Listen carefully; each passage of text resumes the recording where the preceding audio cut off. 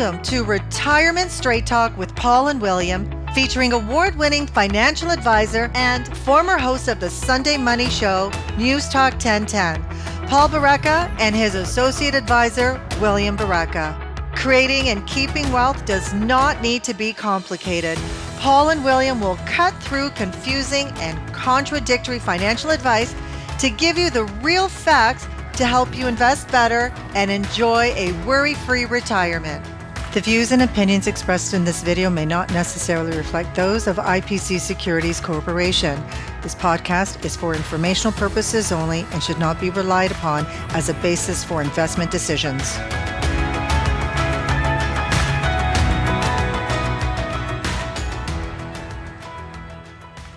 Good day to everyone, and welcome to the edition number 6 of Retirement Straight Talk with Paul and William. I'm Paul, and the good-looking fellow at the other end is William. And today we're talking about something that's come up in the last 6 months that we haven't seen in a decade, and that is GIC rates, guaranteed investment certificates, that are actually not too bad. So, and you could see, Will, where individuals, you've been through a lousy year. Both stock markets have gone into a correction and bond markets have gone into a correction this year. And that's the first time I've seen that happen in my 32 long years in this business. People are looking naturally, what can we do that's less volatile? So here comes these GICs that are maybe upwards of 5% for short and longer term. That's after a decade of almost no returns from GICs, almost a decade of really low interest rates. So you're right, we haven't seen this in a very long time. And that creates opportunities, but also pitfalls, right? So we want to talk about today, when's the right time to take advantage of these? And there certainly are some. And when is it a bad time? When is it likely going to actually cost you money to put money in this guaranteed investment? So we were chatting about this, and really something I wanted to bring up is that if you look now in the marketplace, you can get a GIC for 5 years that's virtually the same rate as a 1 year.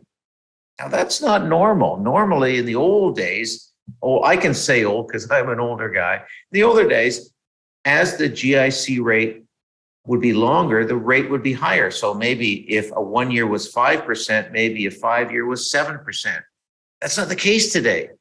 They're all about the same. And well, what that really means is the market is telling us, not me, I don't know. The market is telling us that interest rates are likely going to go down next year, that the federal bank in the US and Canada, their higher interest rate policy is going to work and bring inflation down. So, and this creates a situation where investors can make mistakes, right, Will? Well, you're right. Now, people look at these new GIC rates and say, 5%, I can get that guarantee with no risk or volatility. Exactly.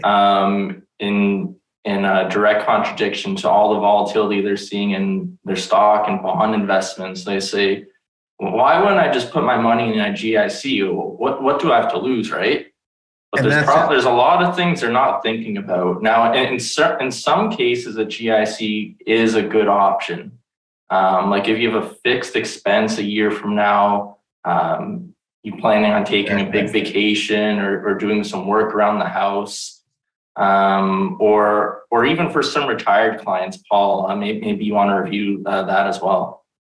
Well, yeah, there's, again, really two main reasons when you'd want to lock money away. One is for short-term money, as you mentioned. And by the way, you should never really invest short-term money, and short-term being considered 1 to 3 years. If you need that money in 1 to 3 years, probably shouldn't invest it. The second is, well, if you're really concerned about your portfolio, there's something that we call the cash wedge. And it's a strategy where you put 2 or 3 years of future income. By the way, this is for someone who's retired. You're already retired or you're at the retirement point. You say, okay, let's say you need, $50,000 a year. So you take maybe 100 or 150,000 and you put it in something very low or no risk. So now when you're drawing money from that during the next 1, 2, or 3 years. You're drawing, it doesn't matter where the market is. And this is what people like about it. So you're always drawing from money that is not down. You always keep that position of cash that allows you to draw money and not worry about where the market is. And let that'd be in handy. That'd come in handy this year. That would come in handy very good. By the way, this is not a good time to implement that. Markets are down. You don't want to take a good chunk of your money now when markets are down and put them into the cash, which I wouldn't recommend it. Well, so maybe now, Paul, it's a good jumping point again to some of the examples of where GICs aren't a good option. We just reviewed some options where they would make some sense for people. But we fielded a lot of questions about GICs. Yeah. And some people saying, oh, should I invest in some of these? Should I move some of my retirement money into there? And kind of like what you were just alluding to, now is the absolute worst time to do it, because you're selling at a low. So you're locking in all the losses you've already incurred and guaranteeing that you're not going to participate in the eventual market turnaround. Exactly. If interest rates go down, as many people expect, that's good for the bond market. That's good for the equity market. You're going to lock your money away. You're not going to take advantage of that. Also, what we talked about before, we make money by buying low and selling high, right, Will? Yes. So if you take a chunk of your money out today to put in a GIC, what are you doing? You're probably buying high and selling low.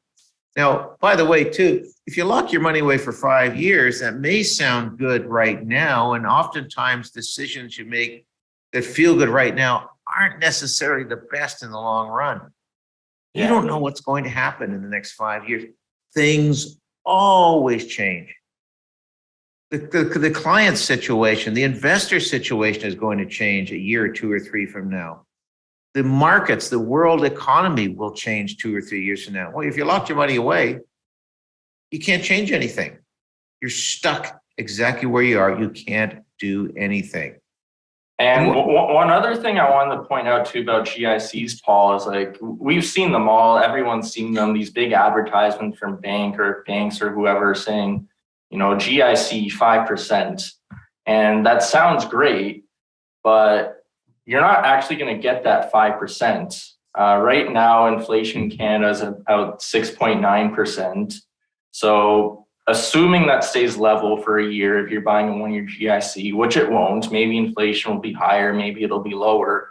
But there's a good chance that the money you lock away now will have way less purchasing power when you're able to access it a year from now if you're buying a 1-year GIC. Exactly. And then on top of that, if this is non-registered money, interest income from GICs, that's taxed at your highest marginal rate. So you're likely going to lose some of that 5% or more of it to inflation. And then on top of that, you're losing even more of it to taxes. So it's really not tax efficient for non-registered money either. Yeah. Take that 5% return. If you're in the 50% tax bracket, you're losing half of that. Your actual after-tax return is 2.5%. Well, if inflation is 5 or 6 or 7%, you're guaranteed to lose money every single year. Now, there are many other options that we can utilize, that can be utilized, that can greatly reduce and defer that tax bite, and that makes sense. By the way, this comes back, Will. There are 2 companies that do analysis of investor behavior. One is called Dalbar, and the other one is called Morningstar. Every year they do a report. They say, okay, what did the average investor actually earn during the past year versus the investments that they own? What did they earn? Now, that's kind of a hard thing to noodle around, but every year they come up with the exact same conclusion. And well, you know what it is. Should I say it or should you say it? I know you love this example, Paul, so I'll let you run with it. Well, every year, the average investor earns less than the investments they own. Every single year, and usually by an average 2%, sometimes more. In a bad year, it's more. In a good year, it's less, but a couple of percent every year. Now, why is that the case? And both Morningstar and Dalbar come to the same conclusion.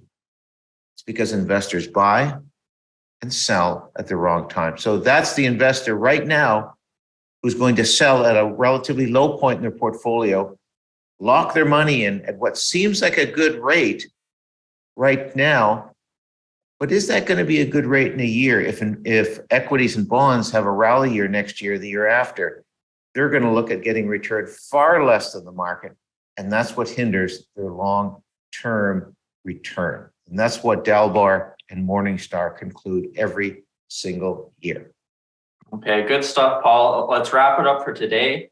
Just to quickly summarize, GICs can be a good option for a fixed short-term expense, or as perhaps as a way to hedge some of the volatility in your short-term retirement income needs.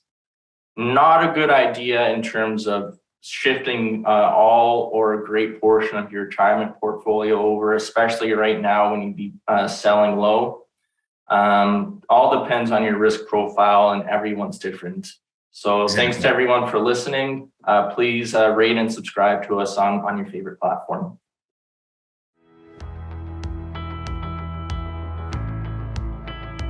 This podcast was brought to you by West End Wealth Planning, an award-winning wealth planning practice catering to small and medium-sized business owners and to those looking to create a worry-free retirement for themselves and their families. To learn more, go to westendwealth.com. Don't forget to rate this podcast and subscribe to Retirement Straight Talk with Paul and William by going to Apple Podcasts, Spotify, or wherever you find your podcasts.